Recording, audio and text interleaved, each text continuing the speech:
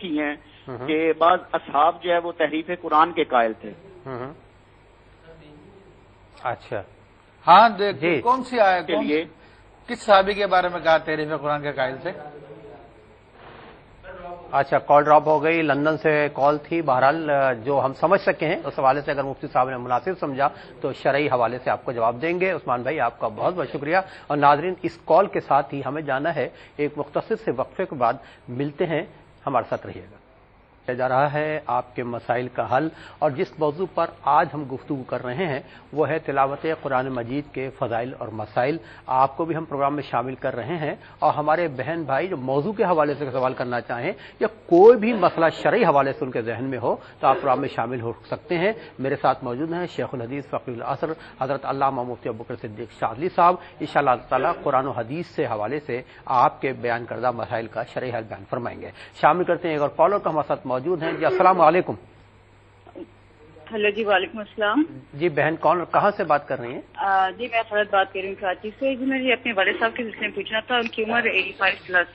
جی ان کو کیسے میری والد صاحب کے سلسلے میں پوچھنا تھا اپنے والد صاحب کے. جی ان کی عمر 85 پلس ہے. جی جی ان کو کیسے مطلب ترغیب کی جائے کہ نماز پڑھیں، روزے رکھیں، ذکر کریں اچھا اور اس طرح کی. ٹھیک ہے فرد بہن آپ کا بہت شکریہ. والد کے حوالے سے آپ نے سوال کیا ہے، انشاءاللہ مجھ سے آپ کو جواب دیں گے. ایک اور کالر کو شامل کرتے ہیں. جی السلام علیکم. وعلیکم السلام. میں راہیلہ راولپنڈی سے بات کر رہی ہوں. راہیلہ بہن راولپنڈی سے بات کر رہی ہیں. جی بہن. اچھا میرا پہلا سوال یہ کہ اگر غلطی سے قرآن ہاتھ سے گر جاتا ہے تو اس میں کیا کرنا چاہیے؟ اور دوسرا یہ کہ جب بچے ہمارے قاری صاحب کے پاس پڑھتے ہیں قرآن تو انہوں نے وضو تو نہیں کی ہوئی ہوتی اور نہ وہ مانتے ہیں وضو کرنے کے لیے، لیکن وہ غسل کی تو ان کو ضرورت نہیں ہوتی، صرف وضو نہیں کی ہوئی ہوتی ان لوگوں نے. اس میں ہے کیا وہ ذرا بتاتے ہیں. ٹھیک ہے راہیلہ بہن آپ کے دونوں سوال ہم نے نوٹ کر لیے ہیں، اور یہ بچوں کے حوالے سے آپ نے اچھا سوال کیا ہے. انشاءاللہ اس حوالے سے مجھ سے آپ جواب دیں گے، ہم سب کی اس پہ تصحیح ہوگی. ایک اور کالر کو شامل کرتے ہیں. جی السلام علیکم. السلام علیکم. ہلو السلام علیکم. وعلیکم السلام ورحمۃ اللہ. بھائی کون اور کہاں سے بات کر رہے ہیں؟ میں سعودی عرب سے بات کر رہا ہوں. جی جی سعودی عرب سے بات کر رہے ہیں. جی بھائی. جی میرا سوال یہ ہے کہ نکاح کے بارے میں سوال ہے نا. ہمارے علاقے میں لڑکی اور لڑکی پوچھی جاتے ہیں نکاح کے بارے میں نا. پھر نکاح میں لڑکا نہیں ہوتا نا، اس کا ولی ہوتا ہے باپ یا چچا کوئی.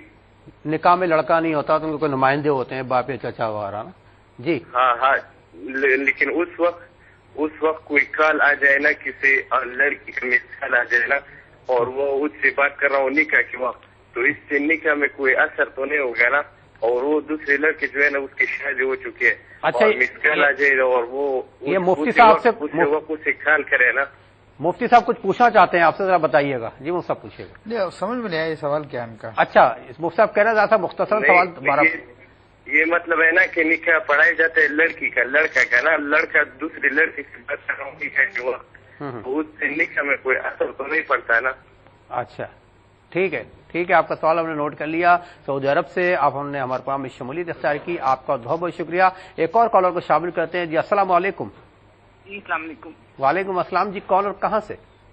میں لاہور سے ریحانہ بات کر رہی ہوں. ریحانہ بہن لاہور سے بات کر رہی ہیں. جی بہن فرمائیے. آپ کو بہت مبارک، بڑا اچھا پروگرام کر رہے ہیں. بہت شکریہ ہماری بہن. جی بس میں نے یہ پوچھنا تھا کہ جو رشتے دار جو بہن بھائی جب زندہ ہوتے ہیں کسی کو پوچھتے نہیں ہیں، لیکن جو ہمدرد دل رکھتے ہیں تو وہ ان کے جانے کے بعد ایسے کہتے ہیں کہ سب لوگ آ کے شامل ہو جائیں، ملیں. تو اس وقت یہ لوگ دل میں جو اچھے لوگ ہوتے ہیں وہ تو اس فوتگی پہ بھی پہنچ جاتے ہیں، سارا کچھ کرتے ہیں. تو جب زندہ ہوتے ہیں تو وہی لوگ جو مر کے جاتے ہیں، جو زندہ ہوتے ہیں، ایک دوسرے سے ملنا پسند نہیں کرتے. اور مجھے آج تک یہ نہیں سمجھ آتی کہ خدا یاد کیوں نہیں. یہ ذرا ٹھیک ہے ریحانہ بہن، قطع تعلق کے حوالے سے آپ بات کر رہی تھیں، اس حوالے سے احادیث بھی موجود ہیں، انشاءاللہ تعالیٰ مجھ سے آپ کو جواب دیں گے. ریحانہ بہن آپ کا بہت بہت شکریہ. اگلے کالر کو شامل کرتے ہیں. جی السلام علیکم. وعلیکم السلام. جی جناب کون کہاں سے؟ مسقط سے بول رہا ہوں، رمضان بات کر رہا ہوں. رمضان بھائی مسقط سے بات کر رہے ہیں. جی رمضان صاحب. جی میرا سوال یہ ہے کہ ہم لوگ جب عشاء کی نماز پڑھتے ہیں اگر دعائے قنوت نہیں آتی ہے تو اس کی جگہ کون سی صورت پڑھنی چاہیے؟ ٹھیک یا کچھ. ہاں جی ٹھیک ہے رمضان بھائی. دوسرا سوال میرا یہ ہے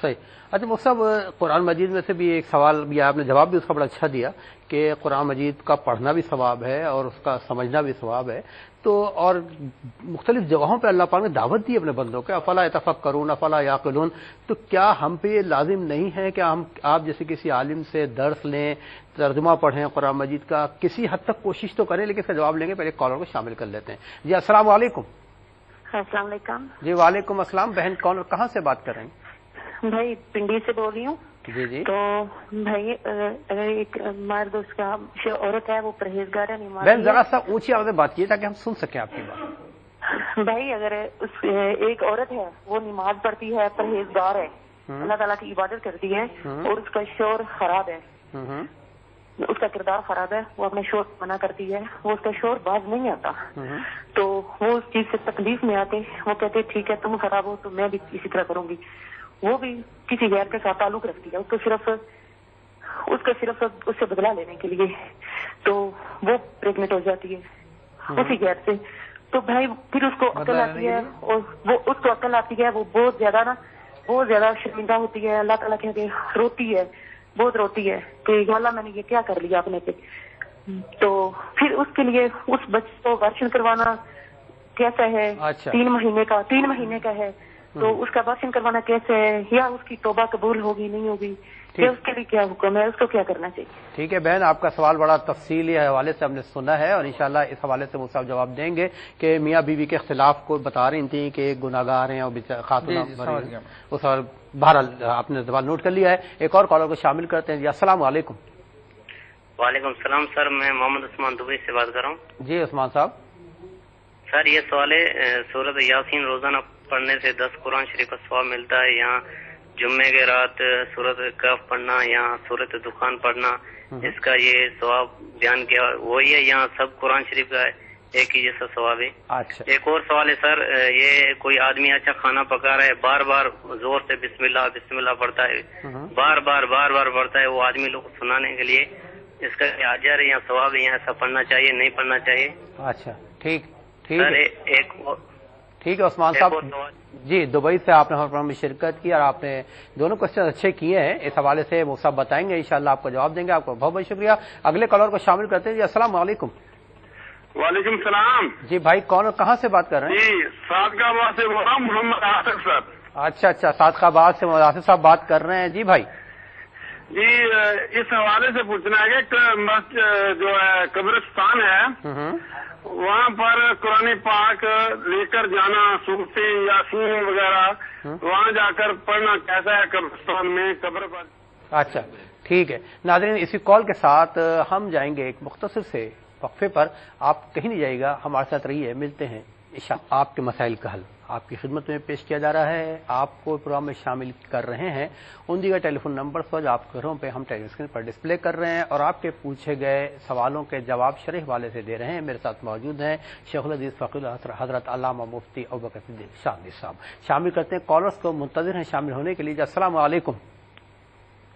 السلام علیکم. وعلیکم السلام. جی بھائی کون اور کہاں سے بات کر رہے ہیں؟ میں کاشف محمود بات کر رہا ہوں کشمیر سے, مظفر آباد سے. مظفر آباد سے بات کر رہے ہیں. جی فرمائیے.